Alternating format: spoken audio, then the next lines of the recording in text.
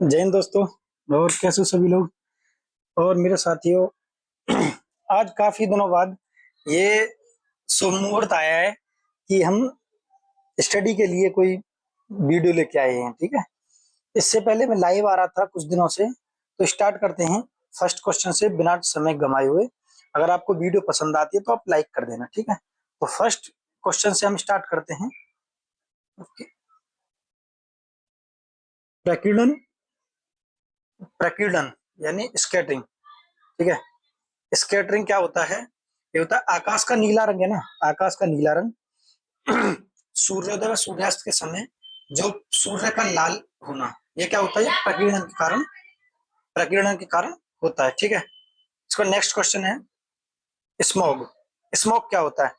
Smog बनता है smoke plus fog से, स्मोक प्लस फॉग से। ठीक है, इसमें लिखा हुआ है स्मोक प्लस फॉग। इसमें क्या होता है? धुआं और कोहरे, धुआं और कोहरे के मिश्रण को स्मॉग कहा जाता है। यह वायु प्रदूषण को बढ़ावा देता है। आपने देखा होगा दिल्ली में क्या होता है कि दिल्ली में काफी ज्यादा स्मॉग हो जाता है। न्यूज़ों में आता है कि इंडिया गेट नहीं दिख रहा है, तो वो क्या कारण होता है? वो धुआं होता है प्लस के कोहरा होता है। धुआं का क्या है कि दिल्ली में काफी वाहन चलते हैं, तो इसलिए धुआं प्लस कोहरा, जो ठंड की वजह से जो कोहरा आता है वो हो गया। तो इसकी वजह से वायु प्रदूषण काफी रहता है दिल्ली में। ठीक है, नेक्स्ट है इसमें भारत का पहला स्मॉग टावर दिल्ली में स्थित हुआ, इसीलिए ये क्या हुआ कि दिल्ली में स्थित किया गया है। ठीक है, इसके कारण नेक्स्ट क्वेश्चन है समस्थानिक। What is the isotope? एक तत्व के वे परमाणु जिनके परमाणु क्रमांक समान परंतु परमाणु भार भिन्न भिन्न होते हैं, ठीक है, समस्थानिक कहलाते हैं। परमाणु क्रमांक तो समान है लेकिन परमाणु भार अलग अलग हैं। जैसे क्या होता है कि हाइड्रोजन है, हाइड्रोजन 1H1 1S2 1S3, देखो यहाँ पे दिया हुआ है 1H1 1H2 1S3। ये जो वन है ये सेम है, तो ये क्या होता है? परमाणु क्रमांक होता है। तो ये जो ऊपर वाला होता है ये परमाणु भार होता है, ये अलग अलग होता है। तो इसके नाम भी अलग अलग हैं, प्रोटियम, ड्यूटेरियम, ट्रिटियम। ठीक है। तो जिसका ये समान होता है ऊपर वाला ये ऊपर वाला समान होता है, नीचे वाले अलग अलग होते हैं, तो ये क्या होता है? समभारिक कहलाते हैं। ठीक है, नेक्स्ट क्वेश्चन। रेडियम की खोज वर्ष 1902 में पियरे और मैरी क्यूरी के द्वारा की गई थी। ठीक है, रेडियम की खोज। नेक्स्ट क्वेश्चन है कि कोशिका, कोशिका के बारे में बात करते हैं। कोशिका, कोशिका के अध्ययन को क्या कहते हैं? साइटोलॉजी। क्या कहते हैं? साइटोलॉजी या कोशिका जैविकी। कोशिका जैविकी आएगा वो तो हर कोई पहचान लेगा, ठीक है, लेकिन साइटोलॉजी हर कोई नहीं पहचान सकता क्योंकि ये थोड़ा अलग नाम लग रहा है। कोशिका है इसमें, तो कोशिका आ रहा है तो हर कोई पहचान लेगा। ठीक है, कोशिका का शक्ति ग्रह किसे कहते हैं? तो कोशिका का शक्ति ग्रह माइटोकॉन्ड्रिया को कहते हैं। ठीक है, नेक्स्ट क्वेश्चन। कोशिका में राइबोसोम प्रोटीन फैक्ट्री कहा जाता है। राइबोसोम को क्या कहते हैं?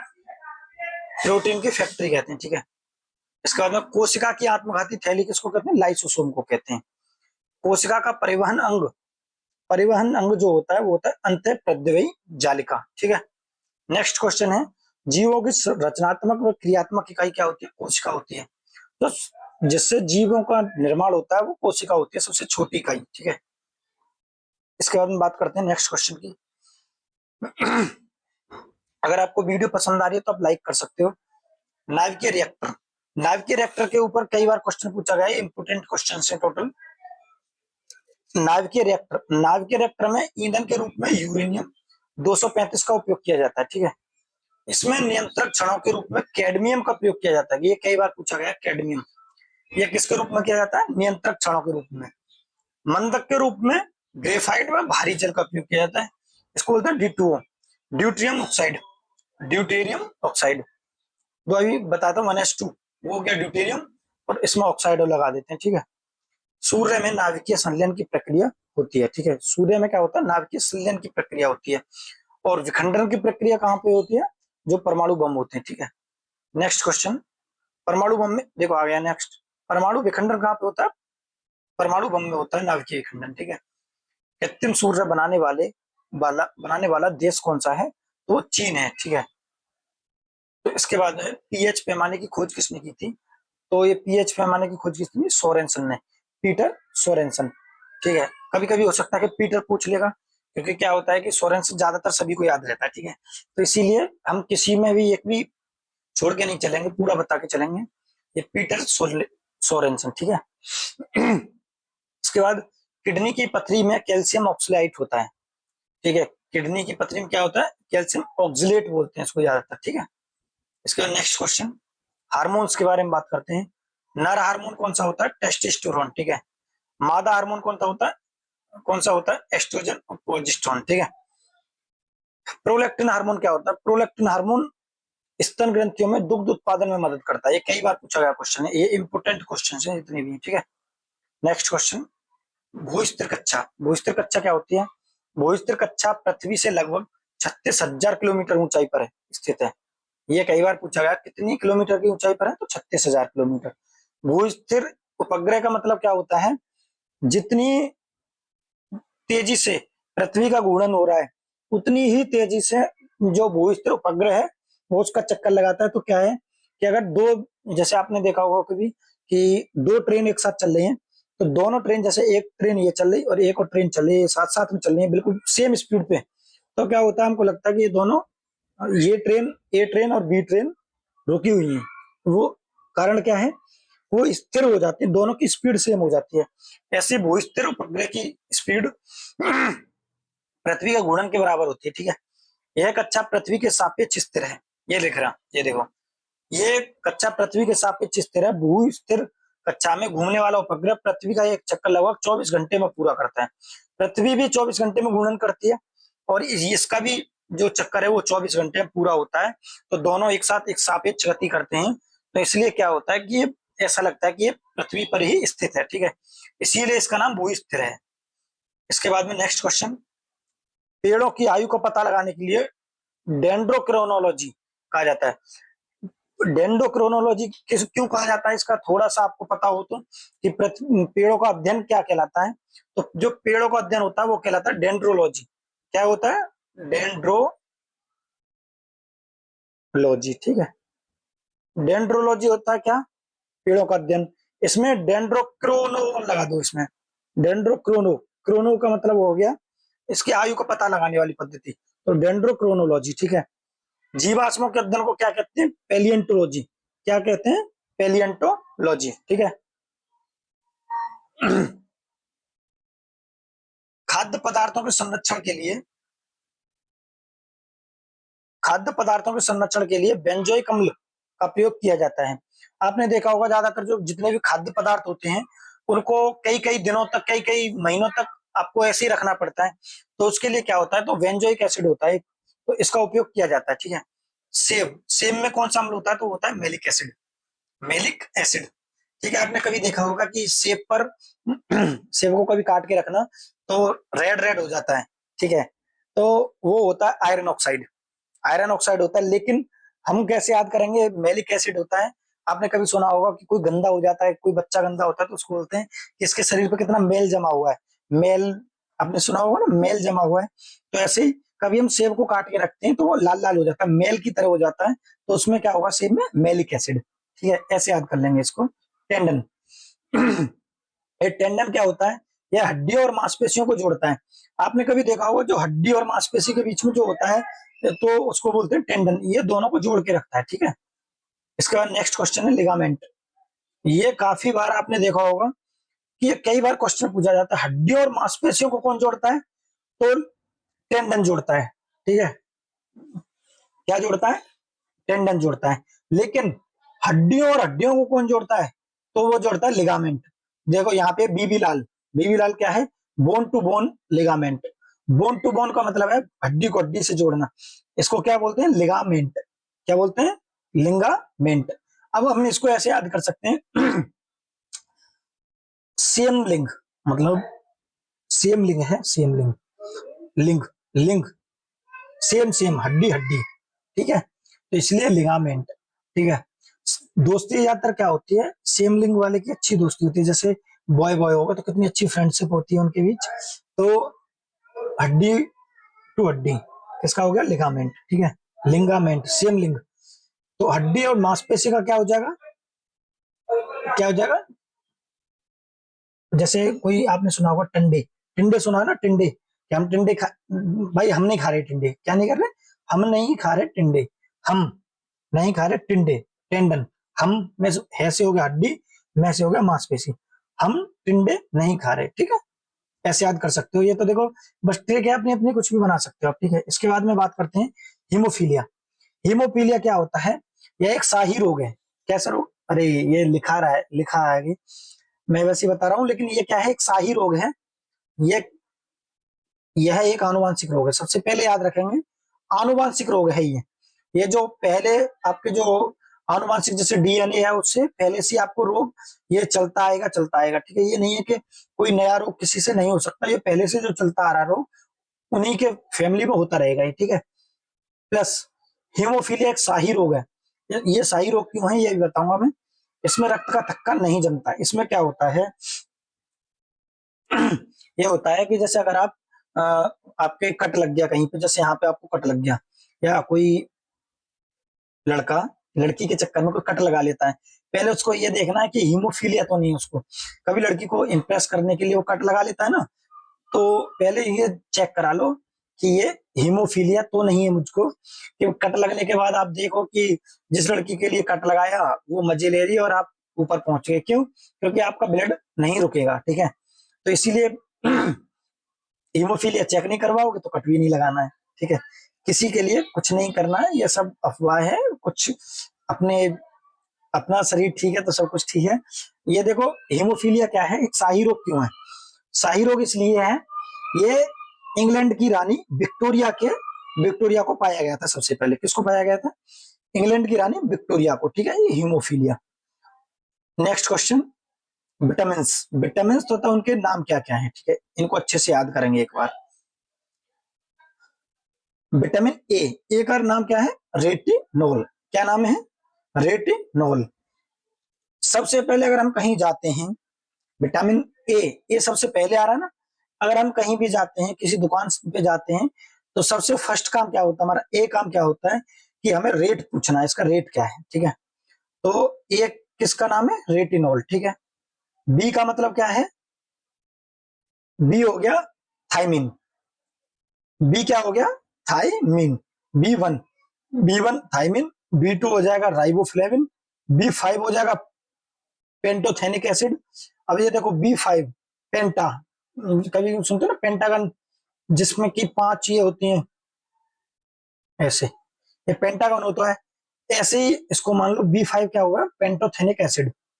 इसके बाद में विटामिन बी12, 12 साइनोकोबालामिन, साइनोकोबालामिन, हाँ साइनोकोबालामाइन, वैसे कोबालामाइन बोलते हैं इसको, कोई बात नहीं है, साइनोकोबालामिन। ये क्या है, विटामिन बी12 का नाम है। बी12 यानी सबसे लास्ट का सबसे बड़ा नाम इसी का होगा, साइनोकोबालामिन, ठीक है, ऐसे याद कर लेंगे, बी का सबसे लास्ट और cyanocobalamin. Vitamin C, vitamin C का नाम क्या है, विटामिन सी का नाम है एस्कॉर्बिक एसिड, या इसको बोलते हैं एस्कॉर्बिक अम्ल, ठीक है। Next question, vitamin D, vitamin D का नाम है कैल्सीफेरोल, क्या है, कैल्सीफेरोल। विटामिन ई का नाम है टोकोफेरोल, क्या है, टोकोफेरोल। के का नाम है फ्लोक्विनोन, फाइलोक्विनोन या फ्लोक्विनोन। अब इसकी एक ट्रिक भी है, अगर आप उसे याद करना चाहो तो कर सकते हो, रथ एक टॉफी, क्या, रथ एक टॉफी, रथ एक टॉफी, ठीक है। अगर आप ऐसे याद करना चाहो तो इसको याद कर सकते हो, रथ एक टॉफी, ये हो जाएगा ए, ये हो जाएगा बी, ये हो जाएगा सी, ये हो जाएगा डी, ये हो जाएगा ई, ठीक है, ये हो जाएगा के। अब ए का मतलब, रे का मतलब हो गया रेटिनॉल, बी का मतलब होगा थाइमिन, थाइमिन का मतलब हो गया थे, ए का मतलब हो गया ascorbic acid, C vitamin C ascorbic acid, vitamin D calciferol, vitamin E tocopherol, vitamin K phylloquinone, ठीक है। आप ऐसे याद कर सकते हो। आप रोक के इसको आप एक बार स्क्रीनशॉट भी ले सकते हो। उसके बाद नेक्स्ट क्वेश्चन है पारा, पारा और ब्रोमीन कमरे के तापमान पर द्रव अवस्था में पाए जाते हैं। पारा और ब्रोमीन कमरे के तापमान पर द्रव अवस्था में पाए जाते हैं। पारा हो गया धातु, ब्रोमीन ब्रोमीन हो गया अधातु। ये दोनों क्या है, कमरे पर द्रव अवस्था में पाए जाते हैं तापमान पर, ठीक है। जो भी रूम का टेम्परेचर होगा उसमें ये द्रव अवस्था में पाए जाएंगे। तो पारा तो हो जाएगा धातु, ब्रोमीन हो जाएगा अधातु, ठीक है।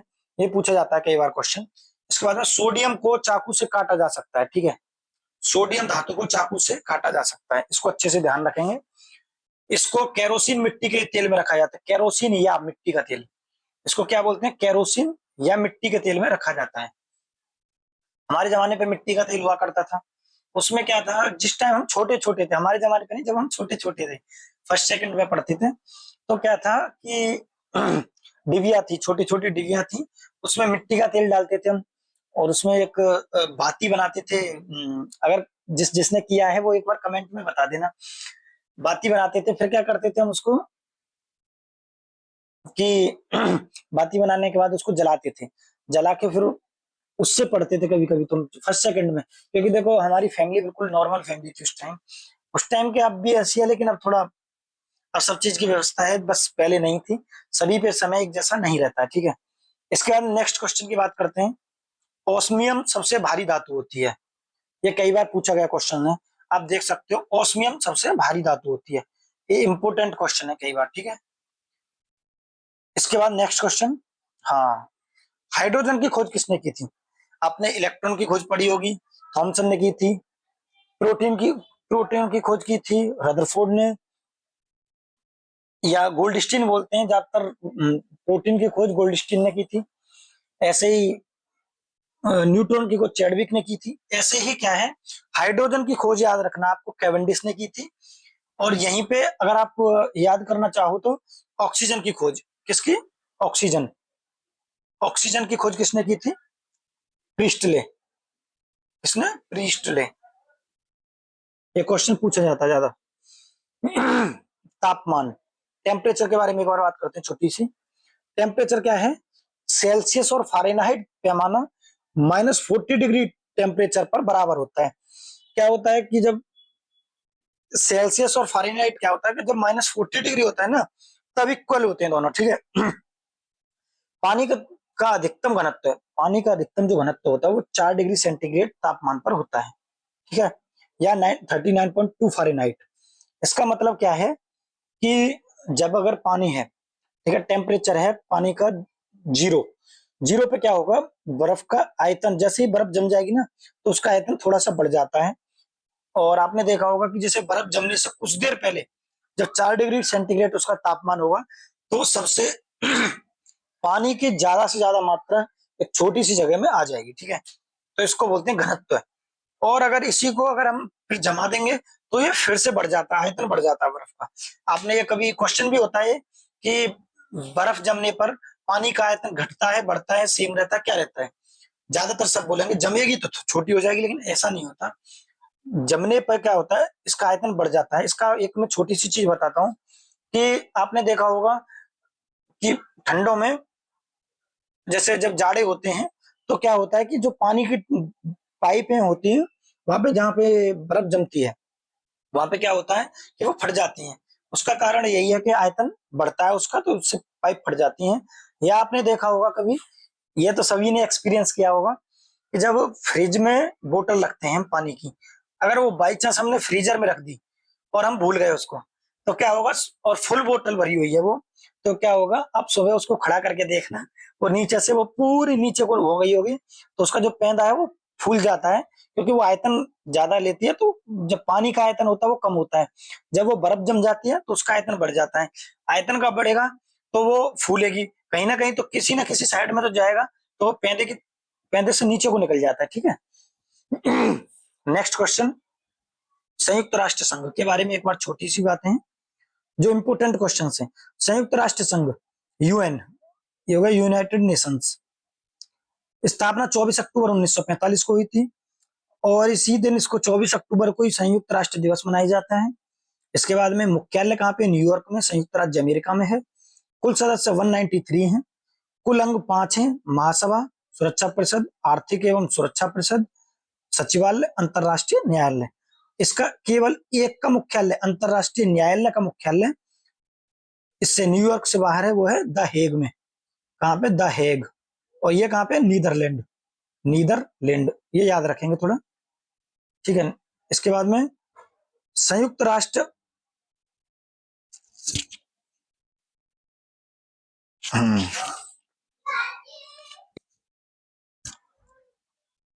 संयुक्त राष्ट्र महासभा को विश्व की लघु संसद कहा जाता है, ठीक है। मैनचेस्टर, मैनचेस्टर शहर इंग्लैंड में सूती वस्त्र उद्योग के लिए प्रसिद्ध है। जब हम कभी बोलते हैं भारत का मैनचेस्टर, उत्तर भारत का मैनचेस्टर, इसका मतलब आपके तुरंत दिमाग में आ जाना चाहिए वहां पे सूती वस्त्र का, जो सूती वस्त्र का वहां पे उद्योग खाने हैं, ठीक है। जैसे कि भारत का मैनचेस्टर, सबसे ज्यादा भारत में सूती वस्त्र कहाँ पे है, वो गुजरात के अहमदाबाद में है। उत्तरी भारत का मैनचेस्टर कानपुर उत्तर प्रदेश में है, ठीक है। उत्तर भारत का कहाँ है, तो वो है कानपुर उत्तर प्रदेश में। दक्षिण भारत का कहाँ पे, कोयम्बटूर तमिलनाडु में। इसके बाद नेक्स्ट है सूती वस्त्र की राजधानी क्या है, सूती वस्त्र की राजधानी है मुंबई महाराष्ट्र। हंसी मुझे इसलिए आई, ये तो मैनचेस्टर जो है गुजरात में है, उत्तर प्रदेश में, तमिलनाडु में है, और राजधानी मुंबई बना दी है इसको। तो इसके बाद में ये लास्ट पेज है, इसको देखते हैं एक बार। ग्रैंड मास्टर, कितनी अभी 20 मिनट की वीडियो, 2 मिनट की वीडियो, 2 से 5 मिनट की वीडियो में इसको खत्म कर देंगे तो 25 मिनट में कंप्लीट हो जाएगी। तो भारत के पहले ग्रैंड मास्टर विश्वनाथ आनंद थे, ठीक है, ये सबसे ज्यादा याद रखेंगे आपको। इनको ही सबसे पहले विश्वनाथ आनंद को पहला मेजर ध्यानचंद खेल रत्न पुरस्कार, लेकिन जिस टाइम इनको मिला था उस टाइम इसका नाम था राजीव गांधी खेल रत्न पुरस्कार, ठीक है। तो 1991 1992 में दिया गया था। भारत की पहली ग्रैंड मास्टर महिला विजया लक्ष्मी, एस विजया लक्ष्मी थी, ठीक है। इसके बाद नेक्स्ट हिमाद्री अनुसंधान केंद्र, हिमाद्री अनुसंधान केंद्र ये कहाँ पे है, भारत का पहला स्थायी आर्कटिक अनुसंधान केंद्र है। इसका उद्घाटन वर्ष 2008 में हुआ था। हिमाद्री क्या है, जो आर्कटिक में पहला अनुसंधान केंद्र है, ठीक है। भारत के अंटार्कटिका महाद्वीप में दक्षिण गंगोत्री, हाँ ये 3 है ना, दक्षिण गंगोत्री, मैत्री और भारती नामक अनुसंधान केंद्र स्थित हैं, ठीक है। इसको याद रखेंगे अच्छे से। भारती वर्ष 2013 नवीन केंद्र है। ये पूछ लेंगे कि अंटार्कटिका में भारत का सबसे नवीनतम अनुसंधान केंद्र कौन सा है। भारत के अंटार्कटिका महाद्वीप में सबसे नवीनतम अनुसंधान केंद्र भारत का कौन सा है, तो वो है भारती, ठीक है, सबसे नया है भारती। इसके बाद पुरस्कार, भारत सरकार द्वारा दिया जाने वाला उच्चतम नागरिक पुरस्कार कौन सा है, तो वो हो जाएगा सबसे पहले भारत रत्न, फिर पद्म विभूषण, फिर पद्म भूषण, फिर पद्म श्री। इनको इस तरीके से किया गया है, ऐसे डिसऑर्डिंग, ठीक है। इसके बाद नेक्स्ट नागरिकता, नागरिकता क्या है, भारत में एकल नागरिकता है, भारत में एकल नागरिकता है जो इंग्लैंड के संविधान से ली गई है। कहां से ली गई है, इंग्लैंड के संविधान से ली गई है। संविधान में नागरिकता का प्रावधान भाग 2 अनुच्छेद 5 से 11 तक है। कहाँ है, 5 से 11 तक है। संयुक्त राज्य अमेरिका में दोहरी नागरिकता का प्रावधान है। दोहरी नागरिकता का मतलब है कि आप उस देश की नागरिकता भी ले सकते हो और अपने देश की नागरिकता भी, मतलब 2 देशों की नागरिकता आप अपने साथ रख सकते हो। लेकिन भारत के साथ ऐसा नहीं है, जैसे ही आप अमेरिका की नागरिकता ले लोगे तुरंत आपकी भारत की नागरिकता खत्म हो जाएगी, ठीक है। फिर आपको फिर से टोटल प्रोसेस वही करना पड़ेगा जो दूसरे देश के निवासी को करना पड़ता है भारत की नागरिकता लेने के लिए। इसके बाद में सिक्किम राज्य की सीमा नेपाल, चीन, भूटान देशों से लगती है। इसको अच्छे से याद रखेंगे। सिक्किम देश है, जो सिक्किम राज्य है, जैसे हमारा ये हो गया भारत, ठीक है, ये हो गया भारत, यहाँ पे हो गया सिक्किम। इसकी सीमा क्या है, चीन से भी लगती है, नेपाल से भी लगती है और भूटान से भी लगती है, ठीक है। इसको अच्छे से याद रखेंगे। तो आज के लिए यहीं तक थे क्वेश्चन, आज के लिए इतने ही क्वेश्चन थे। फिर मिलते हैं नेक्स्ट वीडियो में नेक्स्ट टॉपिक के साथ। जय हिंद, जय भारत। अगर आपको वीडियो पसंद आती है तो लाइक कर देना, चैनल को सब्सक्राइब कर देना।